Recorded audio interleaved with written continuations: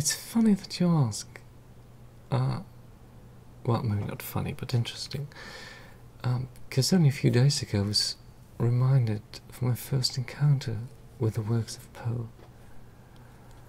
I was in 3rd or 4th grade, so it must have been either 8 or 9. And we were reading The Telltale Heart, in a German translation, of course. Or maybe it was read to us. I can't quite remember. I don't even know if we were actually told the name of the author. Well, we probably were. But if so, that information obviously went straight into one ear and out of the other. Because even back then I had no interest in people. However, I only mention this because even though I did not care who the author was, the story itself, or rather images that it created in my head, they left a deep impression on me, and I was strangely attracted to the story. I felt there was an enormous power behind it. But since I was young, I didn't really understand the connection. I didn't know why I felt the way I felt. The images, however, that were conjured up that day, they never left me. I still remember them. So flash forward a few years. At the age of 12, when my depression started to become heavier, and I thought of suicide as an option for the first time, and sort of gradually drew the cloak of darkness around me, if you wish, and slowly descended into the world of shadows. And in the course of that, I tried to find solace in the world of classical, fantastic literature. And you cannot imagine my relief, that sense of destiny, if you wish, when I discovered that someone I had already encountered had actually been waiting for me there all the time. Would Poe be the perfect reflection of your soul?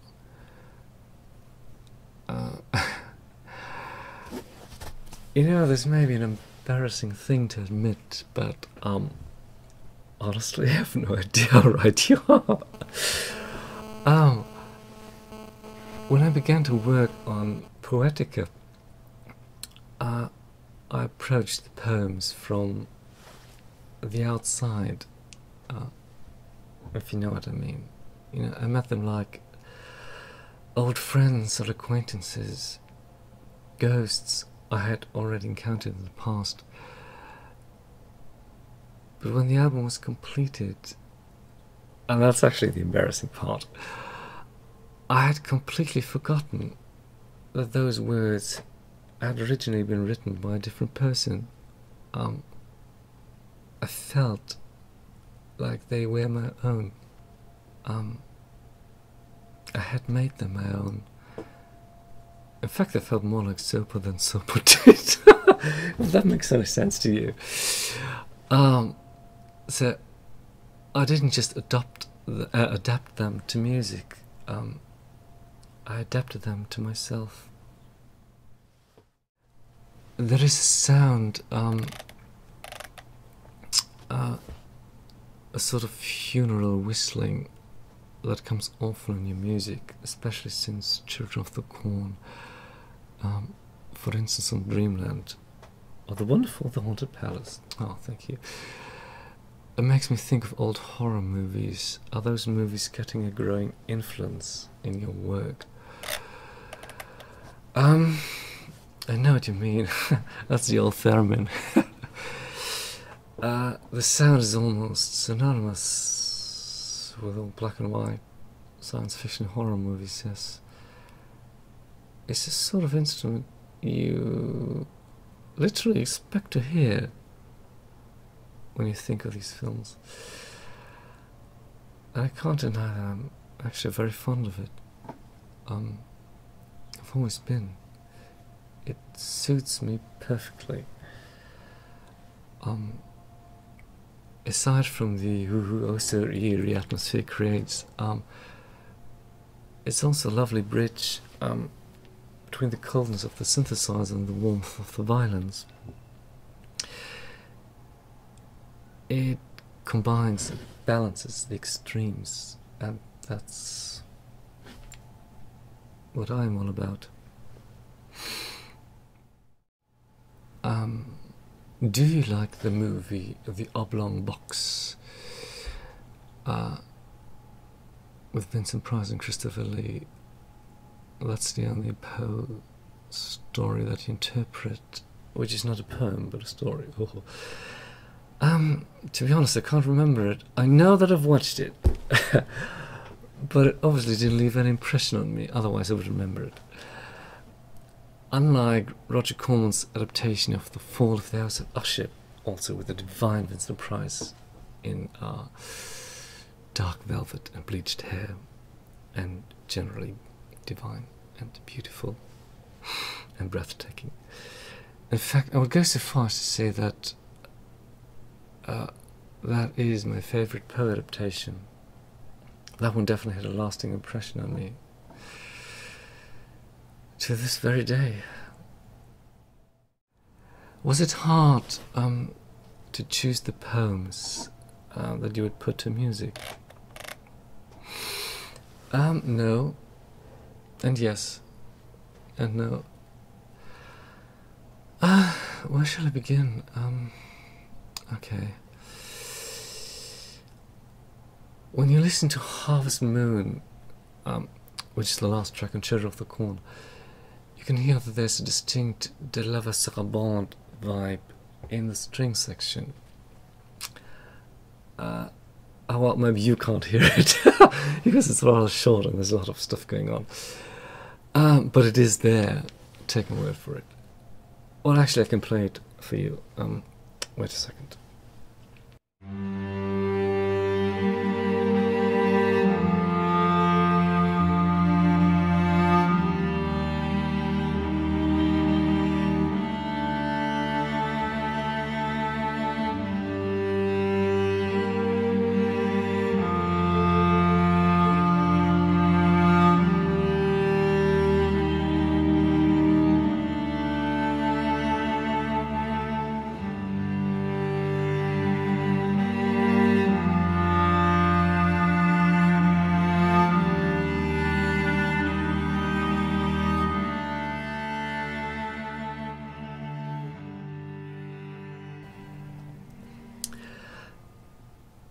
So, this is the kind of mood I was in when the album closed, when I finished it.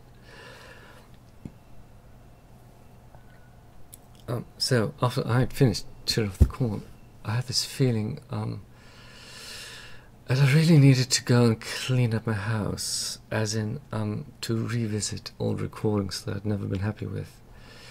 Those that still carried an importance and that were still relevant to me, those I still felt a connection with.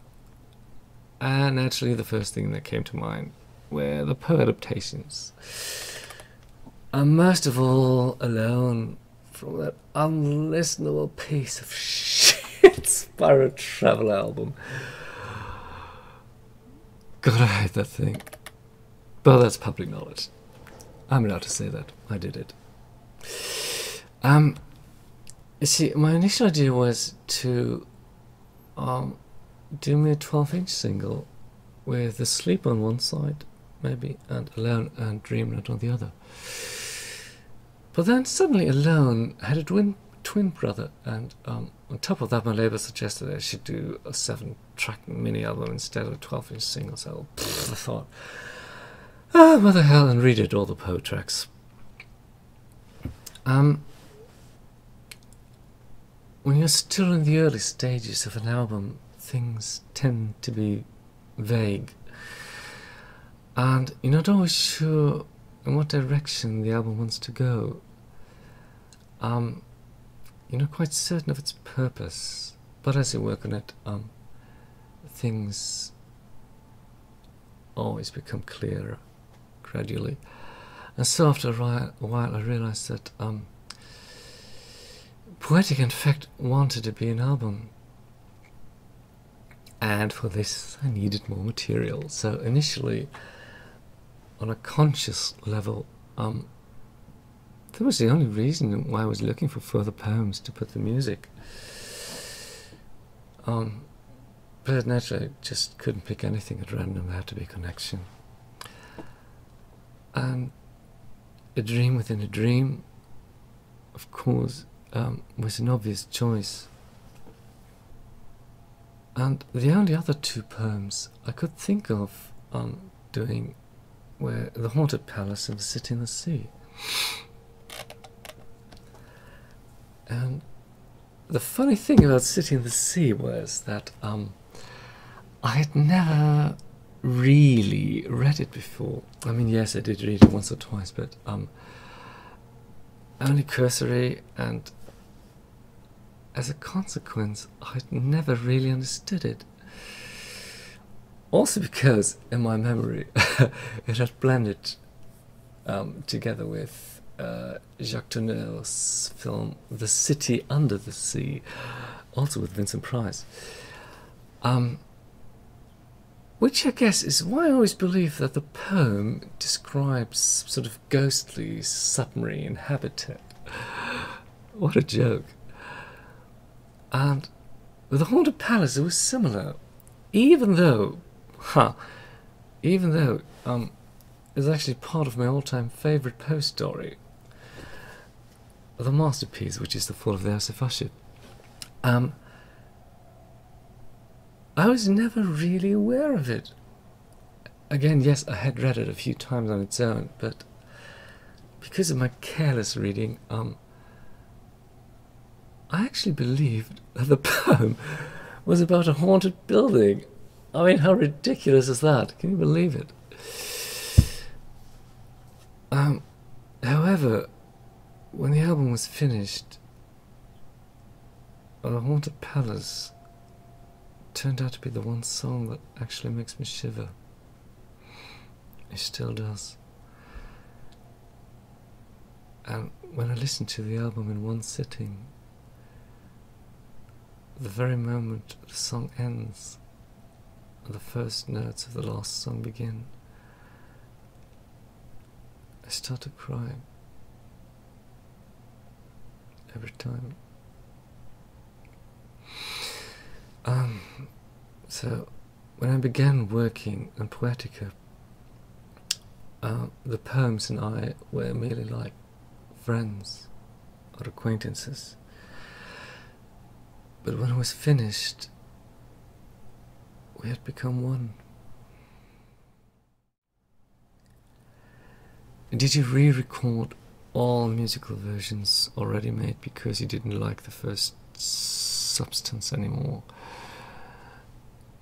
The new Conqueror, Worm, Sleep and Eldorado are all slower and less synthetic. Keyboards and electronic effects are totally banished in those new versions. No, not all of them. I actually quite like the instrumental version of The Conqueror Worm and Sanatorium ad Rosa. I could have pronounced that German, but and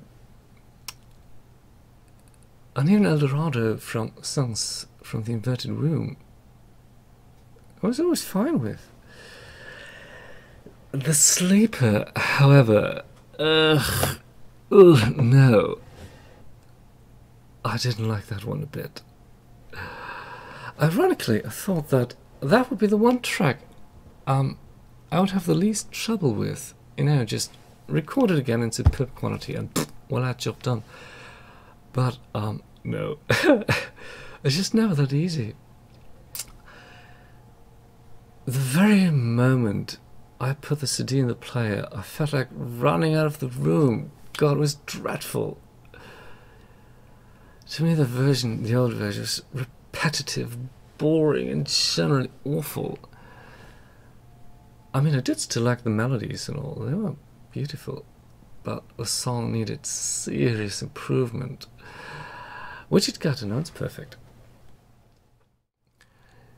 Do you conceive the ancient body of art as something needing permanent recreation, updating? No. No one has done correctly in the first place. Only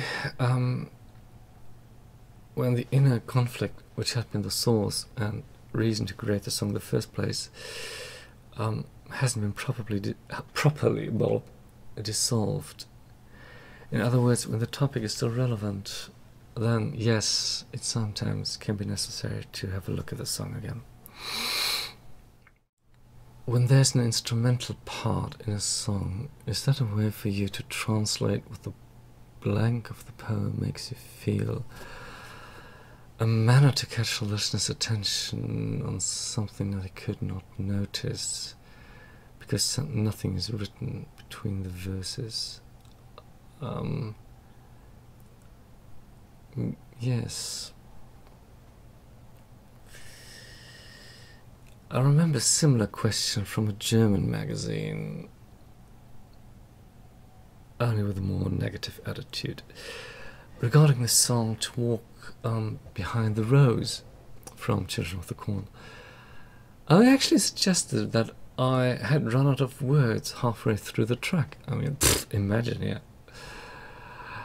What they obviously didn't know or understand was that even without words, you can still tell a story, you know, simply by choosing your orchestration, your instruments accordingly. There is atmosphere, melody, all these things, they all have meaning. They transport information. They're not just pretty noise, you know. In Dreamland, for example, there's a recurring instrumental phrase that has the same function as a chorus in a pop song. It repeats and emphasizes the essence of the song. Naturally, there's no such thing as a poem, a chorus in the original poem. So here the instrumental part gives you space and time. It allows for you to let what you've just heard sink in. You know, space is important in music. It's not just the notes. Why have you chosen to make an instrumental version of Alone, as in Alone 2, whereas there wasn't one on Voyager? How do you perceive the link between the two parts? Oh, it just happened. You know, it needed a twin brother. That's how it wanted to materialize. It was just too complex for one entity. It's, as I just said, instrumental music does transport information as well. So, just listen to it, maybe you'll figure it out. Are there other poets you would like to explore through your music? No, not really. Could you tell me some words about the booklet which goes with the CD? I didn't have a chance to see it yet. Whom did you work with to create it? There are actually two different editions. The vinyl version and, as you just said, the CD book. The vinyl cover features an older photo from the Have You Seen This Ghost session, which is photographed by Ingo Römling. And that was later transformed by Natalie Schau. It also comes with 2 posters and a booklet of wonderful black and white illustrations by Keith Thompson, which is somewhat reminiscent in style of Harry Clarke's Poe drawings. It's all really beautiful and otherworldly, if you wish. The CD book, on the other hand, it features, 156 pages of mere photos.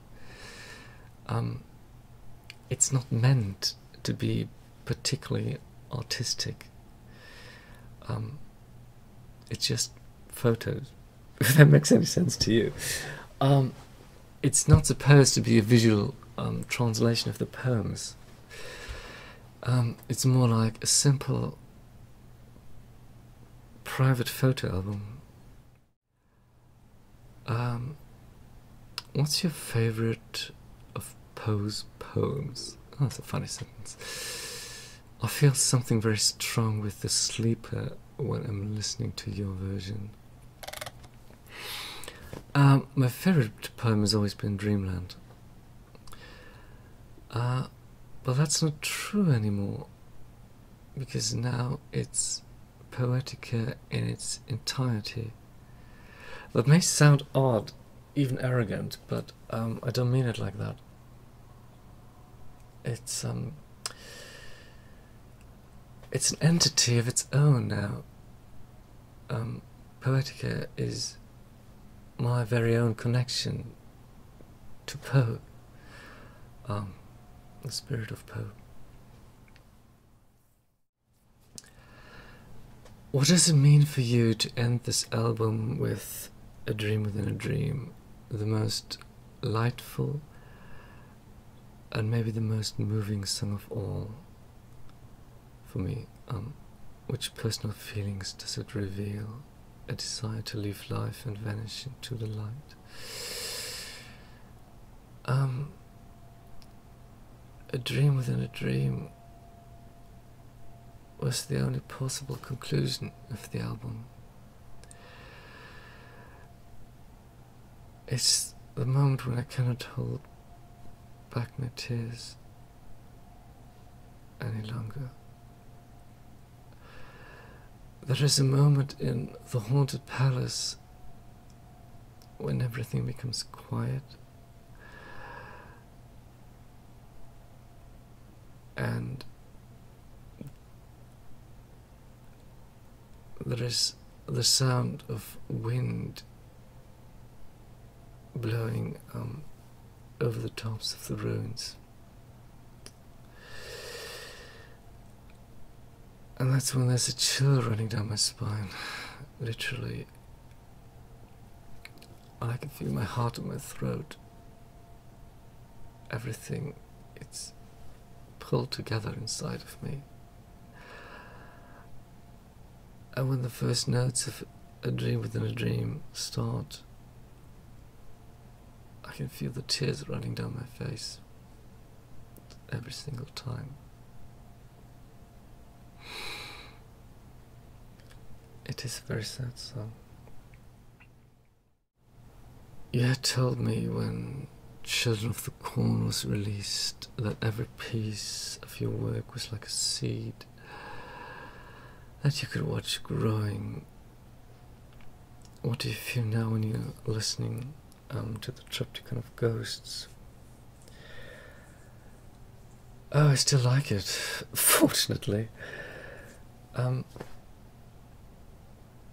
But of course it's completely different than Poetica. Ghosts was meant as a sexorcism. It is naughty, ironic, sarcastic, all that. And in comparison, almost loud. Poetica is the exact opposite of that. Do you regularly come back and listen to the previous works you've made? Or is there a detachment phenomenon for you once the thing's done? Both. I do feel detached from my old recordings, like like they were done by someone else, not me. And when I listen to them, for that reason, I'm therefore always surprised how complex the songs are and how insightful. It's strange, really. I go like, gosh, it's brilliant, how did you know? Well, then I remember. Have you started to work on new material? Oh gosh, you're nosy. Yes, I actually have. I have recorded an album. Well, now you know. And if it goes to plan, it will be out in February. Thank you for your answers. Oh, you're welcome. I guess that you hate interviews and that it seems useless for you to explain something that we should be able to feel when listening to your music. Would you say there's a part of you suffering when you face promotional obligations? Well, it's not that I expect people to understand any of the Sopor albums, what they are about, or even to feel what I feel. I mean, that's silly, it's ridiculous, it's impossible. No, the reason why I find interviews that are meant to promote an album extremely difficult, if not to say downright annoying, is because all I wanted to say, all I needed to express has been said on the album in question. In other words, when an album is completed, I have nothing left to say. So, each time I receive questions from magazines, my reaction is always, God, can't you just listen to the album and leave me the fuck alone? Well, that's it, there you have it. Sorry.